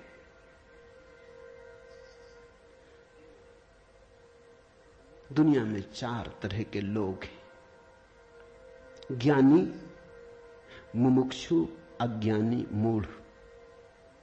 और दुनिया में 4 ही तरह की जिज्ञासाएं होती। ज्ञानी की जिज्ञासा तो निशब्द होती,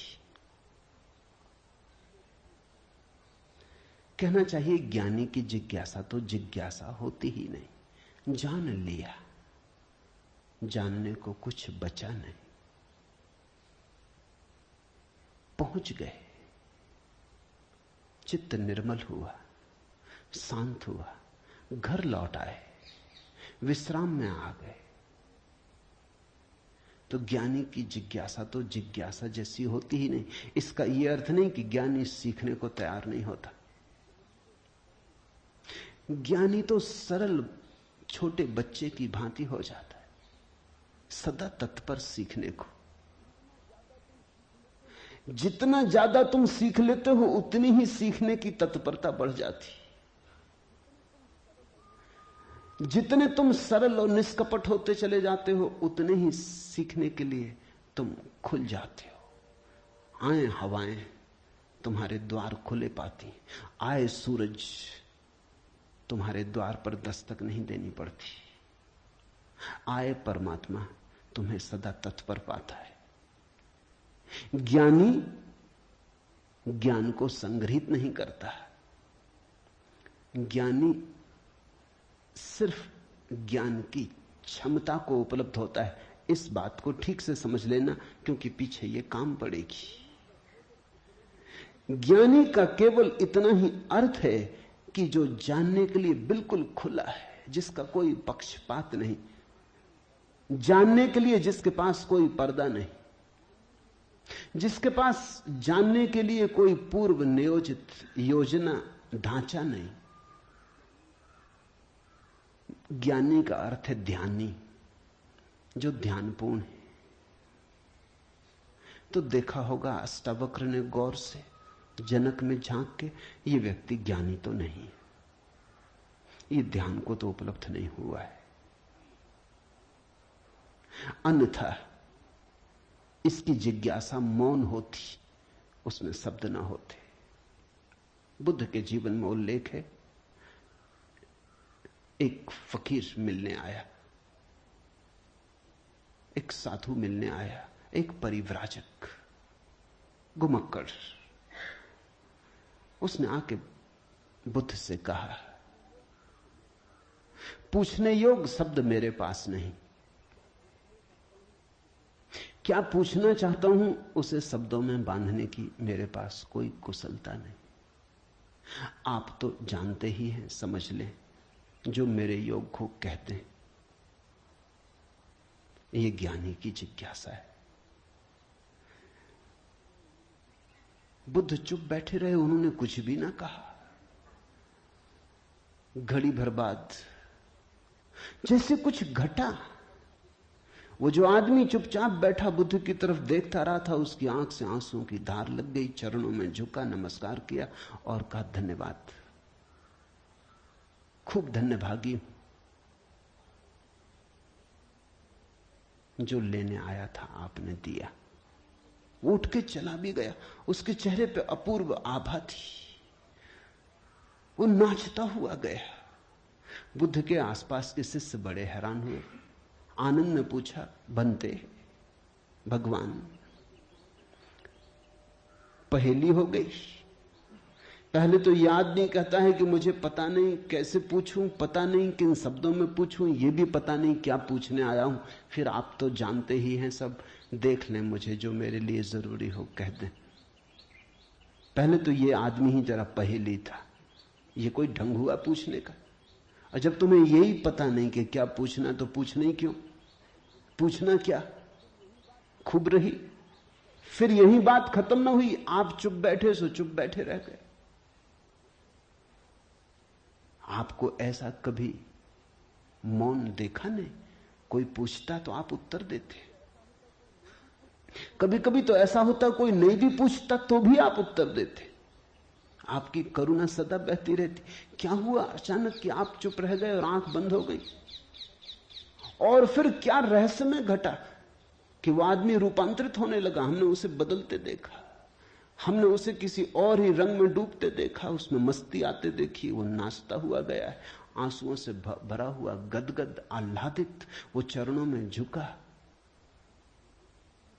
उसकी सुगंध हमें भी छुई। ये हुआ क्या? आप कुछ बोले नहीं, उसने सुना कैसे? और हम तो इतने दिनों से, वर्षों से आपके पास, हम पर आपकी कृपा कम है क्या? ये प्रसाद जो उसे दिया हमें क्यों नहीं मिलता? लेकिन ध्यान रहे, उतना ही मिलता है जितना तुम ले सकते हो। बुद्ध ने कहा, सुनो, घोड़े, आनंद से घोड़े की बात की क्योंकि आनंद छत्री था, बुद्ध का चचेरा भाई था और बचपन से ही घोड़े का बड़ा शौक था, उसे घुड़सवार था, प्रसिद्ध घुड़सवार था, प्रतियोगी था बड़ा। उसने कहा, सुन आनंद, बुद्ध ने कहा, घोड़े 4 प्रकार के होते। एक तो मारो भी तो भी टस से मस नहीं होते, रद्दी से रद्दी घोड़े, जितना मारो उतना ही हठ योगी हो जाते हैं, बिल्कुल हट बांध के खड़े हो जाते। तुम मारो तो वो जिद बना लेते हैं कि देखें कौन जीतता। फिर दूसरे तरह के घोड़े होते हैं, मारो तो चलते हैं, न मारो तो नहीं चलते, कम से कम पहले से बेहतर। फिर तीसरे तरह के घोड़े होते हैं, कोड़ा फटकारो, मारना काफी जरूरी नहीं, सिर्फ कोड़ा फटकारो, आवाज काफी, और भी कुलीन होते, दूसरे से भी बेहतर। फिर आनंद, तुझे जरूर पता होगा, ऐसे भी घोड़े होते हैं कि कोड़े की छाया देख के भागते हैं, फटकारना भी नहीं पड़ता। ये ऐसा ही घोड़ा था, छाया काफी। अष्टावक्र ने देखा होगा गौर से, जब तुम आके मुझसे कुछ पूछते हो तो तुम्हारे प्रश्न से ज्यादा महत्वपूर्ण सवाल तुम हो। कभी कभी तुम्हें भी ऐसा लगता होगा कि तुमने जो नहीं पूछा था वो मैंने उत्तर दिया है, और कभी कभी तुम्हें ऐसा भी लगता होगा कि शायद मैं टाल गया तुम्हारे प्रश्न को, बचाव कर गया, कुछ और उत्तर दे गया हूं। लेकिन सदा तुम्हारी भीतरी जरूरत ज्यादा महत्वपूर्ण। तुम क्या पूछते हो ये उतना महत्वपूर्ण नहीं, क्योंकि तुम्हें खुद ही ठीक पता नहीं तुम क्या पूछते हो, क्यों पूछते हो। उत्तर वही दिया जाता है जिसकी तुम्हें जरूरत थी। तुम्हारे पूछने से कुछ तय नहीं होता। देखा होगा अष्टावक्र ने ज्ञानी तो नहीं है जनक, अज्ञानी है फिर क्या? अज्ञानी भी नहीं, क्योंकि अज्ञानी तो अकड़ा से भरा होता है। अज्ञानी तो झुकना जानता ही नहीं।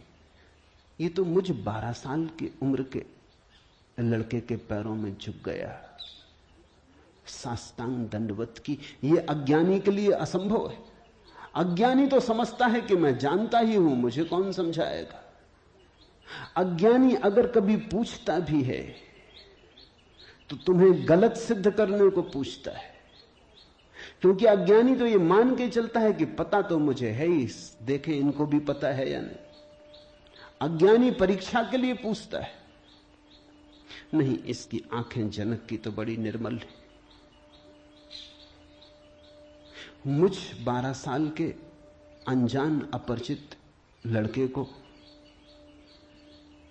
सम्राट होते हुए भी इसने कहा, एतत् मम ब्रूहि प्रभो, हे प्रभु मुझे समझा के कहें। नहीं, ये विनयशील है, अज्ञानी तो नहीं। मूढ़ है क्या फिर? मूढ़ तो पूछते ही नहीं। मूढ़ों को तो पता ही नहीं कि जीवन में कोई समस्या है। मूढ़ और बुद्ध पुरुषों में एक समानता है। बुद्ध पुरुषों के लिए कोई समस्या नहीं रही, मूढ़ों के लिए अभी समस्या उठी ही नहीं। बुद्ध पुरुष समस्या के पार हो गए, मूढ़ अभी समस्या के बाहर है। मूढ़ तो इतना मूर्छित है कि उसे कहां सवाल कथम ज्ञानम, मूढ़ पूछेगा कथम मुक्ति। मूढ़ पूछेगा कैसे होगा वैराग्य, मूढ़ पूछेगा असंभव। मूढ़ अगर पूछेगा भी तो पूछता है राग में सफलता कैसे मिलेगी। मूढ़ अगर पूछता भी है तो पूछता है संसार में और थोड़े ज्यादा दिन कैसे रहना हो जाए, मुक्ति नहीं। मूढ़ पूछता है बंधन सोने के कैसे बने, बंधन में हीरे जवाहरात कैसे जड़े। मूढ़ पूछता भी है तो ऐसी बातें पूछता है। ज्ञान, मूढ़ तो मानता ही नहीं कि ज्ञान हो सकता है, वो तो संभावना को स्वीकार नहीं करता। वो तो कहता कैसा ज्ञान। मूढ़ तो पशुवत जीता है। नहीं, ये जनक मूढ़ भी नहीं, मुमुक्षु है। मुमुक्षु शब्द समझना जरूरी है। मोक्ष की आकांक्षा, मुमुक्षा। अभी मोक्ष के पास नहीं पहुंचा, ज्ञानी नहीं है। मोक्ष के प्रति पीठ करके नहीं खड़ा, मूढ़ नहीं है। मोक्ष के संबंध में कोई धारणाएं पकड़ के नहीं बैठा, अज्ञानी भी नहीं है, मुमुक्षु है। मुमुक्षु का अर्थ है सरल है इसकी जिज्ञासा। न मूढ़ता से अपवित्र हो रही है, न अज्ञानपूर्ण धारणाओं से विकृत हो रही है। शुद्ध है इसकी जिज्ञासा, सरल चित्त से पूछा है। अष्टावक्र ने कहा, हे प्रिय, यदि तू मुक्ति को चाहता है तो विषयों को विष के समान छोड़ दे और क्षमा, आर्जव, दया, संतोष और सत्य को अमृत के समान सेवन कर। मुक्ति मिच्छसि चेतात विषयान विस्वत्यज। शब्द विषय बड़ा बहुमूल्य है, वो विष से ही बना है। विष का अर्थ होता है जिसे खाने से आदमी मर जाए। विषय का अर्थ होता है जिसे खाने से हम बार बार मरते, बार बार भोग, बार बार भोजन, बार बार महत्वाकांक्षा, ईर्ष्या, क्रोध, जलन, बार बार इन्हीं को खा खा के तो हम मरे, बार बार इन्हीं के कारण तो मरे। अब तक हमने जीवन में जीवन कहां जाना, मरने को ही जाना है। अब तक हमारा जीवन, जीवन की प्रज्वलित ज्योति कहां, मृत्यु का ही धुआं है। जन्म से लेकर मृत्यु तक हम मरते ही तो हैं, धीरे धीरे, जीते कहां, रोज रोज मरते। जिसको हम जीवन कहते हैं वो एक सतत मरने की प्रक्रिया है। अभी हमें जीवन का तो पता ही नहीं, तो हम जिएंगे कैसे? ये शरीर तो रोज क्षीण होता चला जाता है, ये बल तो रोज खोता चला जाता है, ये भोग और विषय तो रोज हमें चूसते चले जाते, जरा जीर्ण करते चले जाते। ये विषय और कामनाएं तो छेदों की तरह, इनसे हमारी ऊर्जा और आत्मा रोज बहती चली जाती, आखिर में घड़ा खाली हो जाता, उसको हम मृत्यु कहते। तुमने कभी देखा, अगर छिद्र वाले घड़े को कुएं में डालो तो जब तक घड़ा पानी में डूबा होता है भरा मालूम पड़ता है। उठाओ पानी के ऊपर, खींचो रस्सी, बस खाली होना शुरू हुआ। जोर का शोरगुल होता है, उसी को तुम जीवन कहते हो। जलधारें गिरने लगती, उसी को तुम जीवन कहते हो। और घड़ा जैसे जैसे पास आता है, हाथ के खाली होता चला जाता। जब हाथ में आता है तो खाली घड़ा, जल की एक बूंद भी नहीं। ऐसा ही हमारा जीवन है। बच्चा पैदा नहीं हुआ, भरा मालूम होता है। पैदा हुआ कि खाली होना शुरू हुआ। जन्म का पहला दिन मृत्यु का पहला दिन है, खाली होने लगा। एक दिन मरा, 2 दिन मरा, 3 दिन मरा। जिनको तुम जन्मदिन कहते हो, अच्छा हो मृत्यु दिन कहो तो ज्यादा सत्यतर होगा। 1 साल मर जाते हो, उसको कहते हो चलो एक जन्मदिन आ गया। 50 साल मर गए, कहते हो 50 साल जी लिए, स्वर्ण जयंती मनाए। 50 साल मरे, मौत करीब आ रही, जीवन दूर जा रहा है, घड़ा खाली हो रहा है। जो दूर जा रहा है उसके आधार पर तुम जीवन को सोचते हो, या जो पास आ रहा है उसके आधार पर? यह कैसा उल्टा गणित। हम रोज मर रहे हैं, मौत करीब सरकती आती। अष्टावक्र कहते हैं विषय हैं विषवत, क्योंकि उन्हें खा खा के हम सिर्फ मरते हैं, उनसे कभी जीवन तो मिलता नहीं। यदि तू मुक्ति चाहता है हे तात, हे प्रिय, तो विषयों को विष के समान छोड़ दे और क्षमा, आर्जव, दया, संतोष और सत्य को अमृत के समान सेवन कर। अमृत का अर्थ होता है जिससे जीवन मिले, जिससे अमृतत्व मिले, जिससे उसका पता चले जो फिर कभी नहीं मरेगा। तो क्षमा, क्रोध विष है, क्षमा अमृत है। आर्जव, कुटिलता विष है, सीधा सरलपन आर्जव अमृत है। दया, कठोरता, क्रूरता विष है, दया, करुणा अमृत है। संतोष, असंतोष का कीड़ा खाए चला जाता।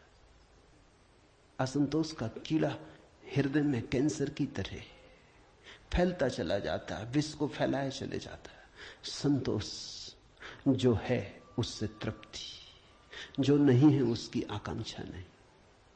जो है वो काफी से ज्यादा है, वो है ही काफी से ज्यादा। आंख खोलो जरा देखो,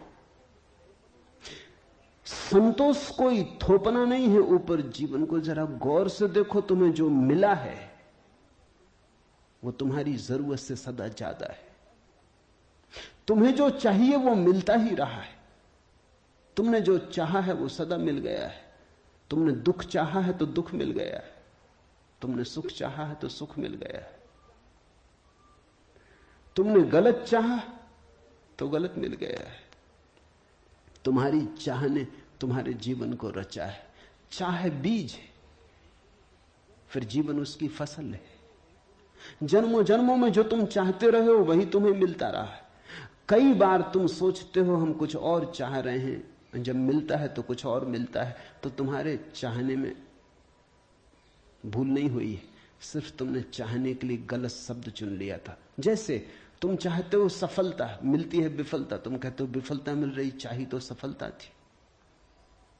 लेकिन जिसने सफलता चाही उसने विफलता को स्वीकार कर ही लिया। वो विफलता से भीतर डर ही गया है। विफलता के कारण ही तो सफलता चाह रहा है, और जब जब सफलता चाहेगा तब तक विफलता का ख्याल आएगा। विफलता का ख्याल भी मजबूत होता चला जाएगा।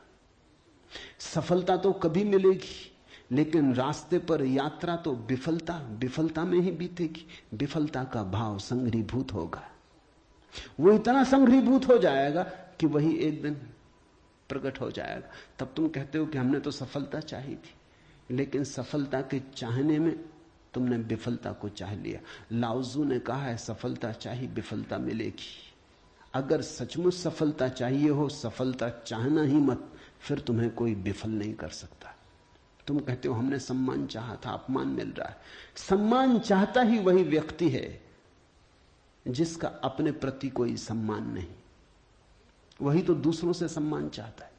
अपने प्रति जिसका अपमान है वही तो दूसरों से अपने अपमान को भर लेना चाहता है, ढांक लेना चाहता है। सम्मान की आकांक्षा इस बात की खबर है कि तुम अपने भीतर अपमानित अनुभव कर रहे हो। तुम्हें अनुभव हो रहा है कि मैं कुछ भी नहीं हूं, दूसरे मुझे कुछ बना दे, सिंहासन पे बिठा दे, फताकाएं फहरा दे, झंडे उठा ले मेरे नाम के, दूसरे कुछ कर दे। तुम भिखमंगे हो। तुमने अपना अपमान तो खुद कर लिया जब तुमने सम्मान चाहा, और यह अपमान गहन होता जाएगा। लाओसू कहता है मेरा कोई अपमान नहीं कर सकता क्योंकि मैं सम्मान चाहता ही नहीं। यह सम्मान को पा लेना है। लाओजू कहता है मुझे कोई हरा नहीं सकता क्योंकि जीत की हमने बात ही छोड़ दी, अब हराओगे कैसे? तुम उसी को हरा सकते हो जो जीतना चाहता है। अब ये जरा उलझा हुआ हिसाब है। इस दुनिया में सम्मान उन्हें मिलता है जिन्होंने सम्मान नहीं चाहा, सफलता उन्हें मिलती है जिन्होंने सफलता नहीं चाही। क्योंकि जिन्होंने सफलता नहीं चाही उन्होंने तो स्वीकार ही कर लिया कि सफल तो हम हैं ही, अब और चाहना क्या है। सम्मान तो हमारे भीतर आत्मा का है ही, अब और चाहना क्या है। परमात्मा ने सम्मान दे दिया तुम्हें पैदा करके, अब और किसका सम्मान चाहते हो? परमात्मा ने तुम्हें काफी गौरव दे दिया, जीवन दिया, यह सौभाग्य दिया कि आंख खोलो देखो हरे वृक्षों को, फूलों को, पक्षियों को, कान दिए सुनो संगीत को, जलप्रपात के मरमर को, बोध दिया कि बुद्ध हो सको। अब और क्या चाहते हो? सम्मानित तो तुम हो गए, परमात्मा ने तुम्हें प्रमाण पत्र दिया। तुम भिखारी की तरह किन से प्रमाण पत्र मांग रहे हो? उनसे जो तुमसे प्रमाण पत्र मांग रहे। ये बड़ा मजेदार मामला है। दो भिखारी एक दूसरे के सामने खड़े भीख मांग रहे। ये भीख मिलेगी कैसे? दोनों भिखारी हैं। तुम किससे सम्मान मांग रहे हो? किसके सामने खड़े हो? ये अपमान कर रहे हो तुम अपना, और यही अपमान गहन होता जाएगा। संतोष का अर्थ होता है देखो जो तुम्हारे पास है, देखो जरा आंख खोल के जो तुम्हें मिला ही है। ये अष्टावक्र की बड़ी बहुमूल्य कुंजी है, ये धीरे धीरे तुम्हें साफ होगी। अष्टावक्र की दृष्टि बड़ी क्रांतिकारी है, बड़ी अनूठी, जड़ मूल से क्रांति की है। संतोष और सत्य को अमृत के समान सेवन कर, क्योंकि असत्य के साथ जो जिएगा वो असत्य होता चला जाएगा। जो असत्य को बोलेगा, असत्य को जिएगा, स्वभावता असत्य से घिरता चला जाएगा। उसके जीवन से संबंध विच्छिन्न हो जाएंगे, जड़ें टूट जाएंगी। परमात्मा में जड़ें चाहते हो तो सत्य के द्वारा ही वे जड़ें हो सकती हैं। प्रामाणिकता और सत्य के द्वारा ही तुम परमात्मा से जुड़ सकते हो। परमात्मा से टूटना है तो असत्य का धुआं पैदा करो, असत्य के बादल अपने पास बनाओ। जितने तुम असत्य होते चले जाओगे उतने परमात्मा से दूर होते चले जाओगे। तू न पृथ्वी है, न जल है, न वायु है, न आकाश है। मुक्ति के लिए आत्मा को, अपने को, इन सब का साक्षी चैतन्य जान। सीधी सीधी बातें, भूमिका भी नहीं। अभी दो वचन नहीं बोले अष्टावक्र ने कि ध्यान आ गया, कि समाधि की बात आ गई। जानने वाले के पास समाधि के अतिरिक्त और कुछ जताने को है भी नहीं। वो दो वचन भी बोले, क्योंकि एकदम से अगर समाधि की बात होगी तो शायद तुम चौंक ही जाओगे, समझ ही ना पाओगे। मगर दो वचन और सीधी समाधि की बात आ गई। अष्टावक्र 7 कदम भी नहीं चलते, बुद्ध तो 7 कदम चले, 8वें कदम पे समाधि। अष्टावक्र तो पहला कदम ही समाधि का उठाते। तू न पृथ्वी है, न जल, न वायु, न आकाश। ऐसी प्रतीति में अपने को थिर कर। मुक्ति के लिए आत्मा को, अपने को, इन सब का साक्षी चैतन्य जान। साक्षी सूत्र है, इससे महत्वपूर्ण सूत्र और कोई भी नहीं। देखने वाले बनो, जो हो रहा है उसे होने दो, उसमें बाधा डालने की जरूरत नहीं। ये देह तो जल है, मिट्टी है, अग्नि है, आकाश है। तुम इसके भीतर तो वो दिए हो जिसमें ये सब जल, अग्नि, मिट्टी, आकाश, वायु प्रकाशित हो रही। तुम दृष्टा हो। इस बात को गहन करो। साक्षिणाम चिद्रूपम आत्मानम विद्धि।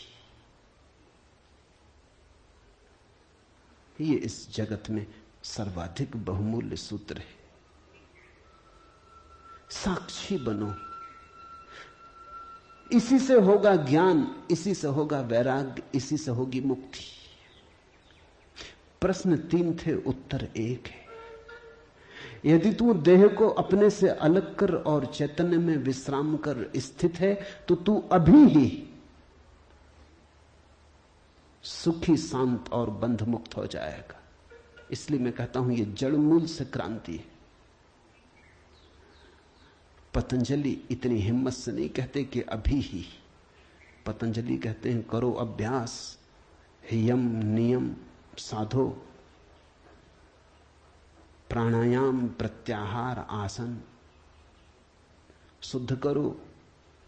जन्म जन्म लगेंगे तब सिद्धि है। महावीर कहते हैं पंच महाव्रत, और तब जन्म जन्म लगेंगे, तब होगी निर्जरा, तब कटेगा जाल कर्मों का। सुनो अष्टावक्र को। यदि देहम पृथकृत्य चित्ति विश्राम्य तिष्ठसि अधुनैव सुखी शांतो बंध मुक्तो भविष्यसि। अधुनैव, अभी, यहीं, इसी क्षण। यदि तू देह को अपने से अलग कर और चैतन्य में विश्राम कर स्थित है, अगर तूने एक बात देखनी शुरू कर दी कि ये देह मैं नहीं हूं, मैं करता और भोगता नहीं हूं, ये जो देखने वाला मेरे भीतर छिपा है, जो सब देखता है। बचपन था कभी तो बचपन देखा, फिर जवानी आई तो जवानी देखी, फिर बुढ़ापा आया तो बुढ़ापा देखा। बचपन नहीं रहा तो मैं बचपन तो नहीं हो सकता। आया और गया, मैं तो हूं। जवानी नहीं रही तो मैं जवानी तो नहीं हो सकता। आई और गई, मैं तो हूं। बुढ़ापा आया, जा रहा है, तो मैं बुढ़ापा नहीं हो सकता, क्योंकि जो आता है जाता है वो मैं कैसे हो सकता हूं। मैं तो सदा हूं। जिस पे बचपन आया, जिस पे जवानी आई, जिस पे बुढ़ापा आया, जिस पे 1000 चीजें आई और गईं, मैं वही शाश्वत हूं। स्टेशनों की तरह बदलती रहती बचपन, जवानी, बुढ़ापा, जन्म, यात्री चलता जाता। तुम स्टेशन के साथ अपने को एक तो नहीं समझ लेते। पूना की स्टेशन पर तुम ऐसा तो नहीं समझ लेते कि मैं पूना हूं। फिर पहुंचे मनमाड़ तो ऐसा तो नहीं समझ लेते कि मैं मनमाड़ हूं। तुम जानते हो कि पूना आई गई, मनमाड़ आया गया। तुम तो यात्री हो, तुम तो दृष्टा हो जिसने पूना देखी, पूना आई। जिसने मनमाड़ देखा मनमाड़ आया। तुम तो देखने वाले हो। तो पहली बात, जो हो रहा है उसमें से देखने वाले को अलग कर लो, देह को अपने से अलग कर, और चैतन्य में विश्राम। और करने योग्य कुछ भी नहीं है। जैसे लाओत्सु का सूत्र है समर्पण, वैसे अष्टावक्र का सूत्र है विश्राम, रेस्ट। करने का कुछ भी नहीं है। मेरे पास लोग आते हैं, वो कहते हैं ध्यान कैसे करें। वो प्रश्न ही गलत पूछ रहे हैं। गलत पूछते हैं तो मैं उनको कहता हूं करो। क्या करोगे? तो उनको बता देता हूं कि करो, कुछ ना कुछ तो करना ही पड़ेगा। अभी तुम्हें करने की खुजलाहट है तो उसे तो पूरा करना होगा। खुजली है तो क्या करोगे? बिना खुजाए नहीं बनता।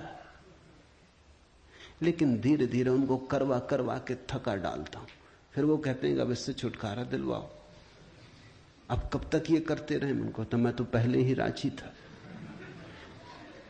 लेकिन तुम्हें समझने में जरा देर लगी। अब विश्राम करो। ध्यान का आत्यंतिक अर्थ विश्राम है। चित्ती विश्राम में तिष्ठसि, जो विश्राम में ठहरा देता अपने चेतना को, जो होने मात्र में ठहर जाता, कुछ करने को नहीं। क्योंकि जिसे तुम खोज रहे हो वो मिला ही हुआ है। क्योंकि जिसे तुम खोज रहे हो उसे कभी खोया ही नहीं, उसे खोया नहीं जा सकता। वही तुम्हारा स्वभाव है। अयम आत्मा ब्रह्म, तुम ब्रह्म हो, अनल हक, तुम सत्य हो। कहां खोजते हो? कहां भागे चले जाते हो? अपने को ही खोजने कहां भागे चले जाते हो? रुको, ठहरो। परमात्मा दौड़ने से नहीं मिलता, क्योंकि परमात्मा दौड़ने वाले में छिपा है। परमात्मा कुछ करने से नहीं मिलता, क्योंकि परमात्मा करने वाले में छिपा है। परमात्मा के होने के लिए कुछ करने की जरूरत ही नहीं, तुम हो ही। इसलिए अष्टावक्र कहते हैं चित्ती विश्राम में विश्राम करो, ढीले छोड़ो अपने को, ये तनाव छोड़ो। कहां जाते? कहीं जाने को नहीं, कहीं पहुंचने को नहीं। और चैतन्य में विश्राम, तो तू अभी ही इसी क्षण अधुनैव सुखी शांत और बंध मुक्त हो जाएगा। अनूठा है वचन, नहीं कोई और शास्त्र इसका मुकाबला करता है। तू ब्राह्मण आदि वर्ण नहीं, और न तू कोई आश्रम वाला है, और न आंख आदि इंद्रियों का विषय। असंग और निराकार तू सबका विश्व का साक्षी है, ऐसा जानकर सुखी हो। अब ब्राह्मण कैसे टीका लिखे? तू ब्राह्मण आदि वर्ण नहीं। अब हिंदू इस शास्त्र को कैसे सिर पे उठाएं? क्योंकि उनका तो सारा धर्म वर्ण और आश्रम पे खड़ा है। और ये तो पहले से ही अष्टावक्र जड़ काटने लगे। वो कहते हैं तू कोई ब्राह्मण नहीं है, न कोई शूद्र है, न कोई क्षत्रिय है। ये सब बकवास है, ये सब ऊपर के आरोपण है, ये सब राजनीति और समाज का खेल है। तू तो सिर्फ ब्रह्म है, ब्राह्मण नहीं, क्षत्रिय नहीं, शूद्र नहीं। तू ब्राह्मण आदि वर्ण नहीं, और न तू कोई आश्रम वाला है, और न तो यह है कि तू ब्रह्मचर्य आश्रम में है कि गृहस्थाश्रम में है कि वानप्रस्थ की संन्यास। कोई आश्रम वाला नहीं है। तू तो इन सारी स्थानों के भीतर से गुजरने वाला दृष्टा साक्षी। अष्टावक्र की गीता हिंदू दावा नहीं कर सकते हमारी। अष्टावक्र की गीता सबकी है। अगर अष्टावक्र के समय में मुसलमान होते, हिंदू होते, ईसाई होते, तो उन्होंने कहा होता न तू हिंदू है, न तू ईसाई है, न तू मुसलमान है। अब ऐसे अष्टावक्र को कौन मंदिर बनाए? इसके लिए कौन इसके शास्त्र को सिर पे उठाए? कौन दावेदार बने? क्योंकि ये सभी का निषेध कर रहे हैं। मगर ये सत्य की सीधी घोषणा है, असंग और निराकार तू सबका विश्व का साक्षी है, ऐसा जानकर सुखी हो। अष्टावक्र ये नहीं कहता कि ऐसा तुम जानोगे तो फिर सुखी होगे। वचन को ठीक से सुनना। अष्टावक्र कहते हैं ऐसा जानकर सुखी हो। न त्वम विप्रादिको वर्णनो नाश्रमी नाक्ष गोचरा असंगो असि निराकारो विश्व साक्षी सुखी भव। सुखी भव, अभी हो सुखी। जनक पूछते हैं कैसे सुख होगा, कैसे बंधन मुक्ति होगी, कैसे ज्ञान होगा।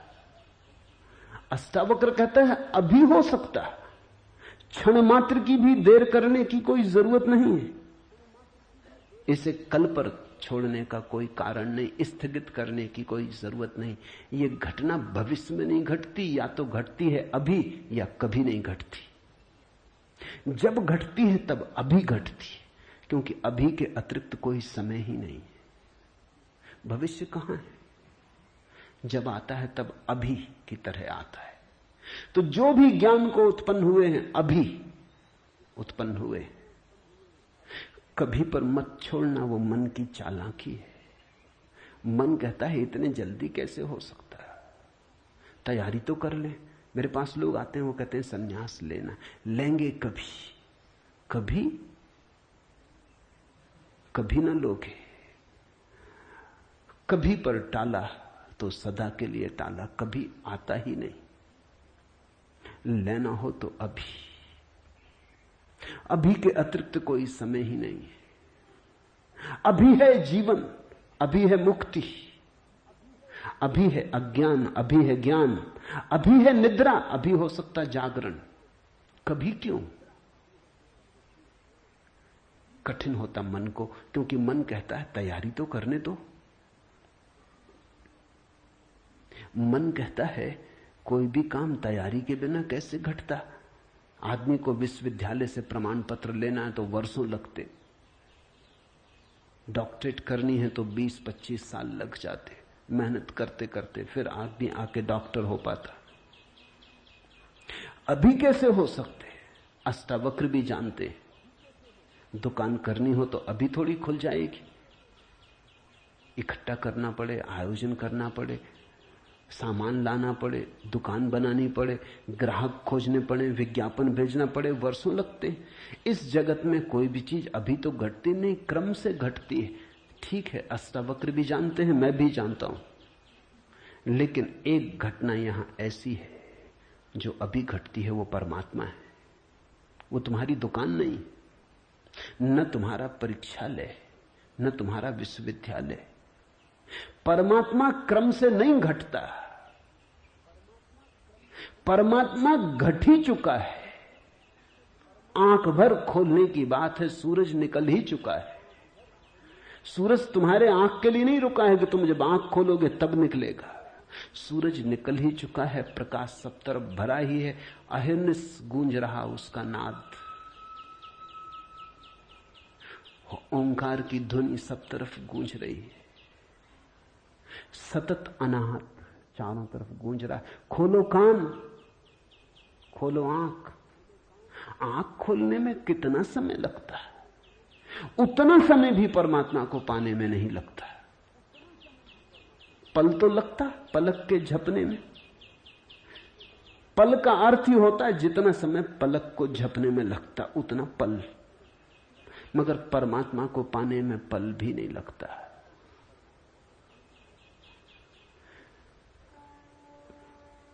विश्व साक्षी असंगो वसी निराकारो सुखी भव।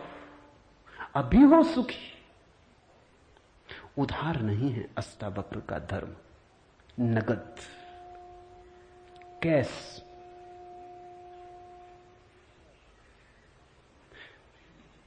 हे व्यापक, धर्म और अधर्म, सुख और दुख मन के। धर्म और अधर्म, सुख और दुख मन के, तेरे लिए नहीं। तू न करता है न भोगता है, तू तो सर्वदा मुक्ति ही है। मुक्ति हमारा स्वभाव है, ज्ञान हमारा स्वभाव है, परमात्मा हमारा होने का ढंग है, हमारा केंद्र है, हमारे जीवन की श्वास है, हमारा होना है। धर्मो अधर्मो सुखम दुखम मान सानी नते विभो। अष्टावक्र कहते हैं, हे व्यापक, हे विभावान, हे विभूति संपन्न, धर्म और अधर्म, सुख और दुख मन के, ये सब मन की ही तरंगे। बुरा किया, अच्छा किया, पाप किया, पुण्य किया, मंदिर बनाया, दान दिया, सब मन के। न कर्तासी न भोक्तासी, मुक्त एवासी सर्वदा। तू तो सदा मुक्त है, तू तो सर्वदा मुक्त है। मुक्ति कोई घटना नहीं है जो हमें घटानी। मुक्ति घट चुकी है हमारे होने में। मुक्ति से बना है ये अस्तित्व, इसका रोआ रोआ रंच रंच मुक्ति से निर्मित है। मुक्ति है धातु जिससे बना है सारा अस्तित्व।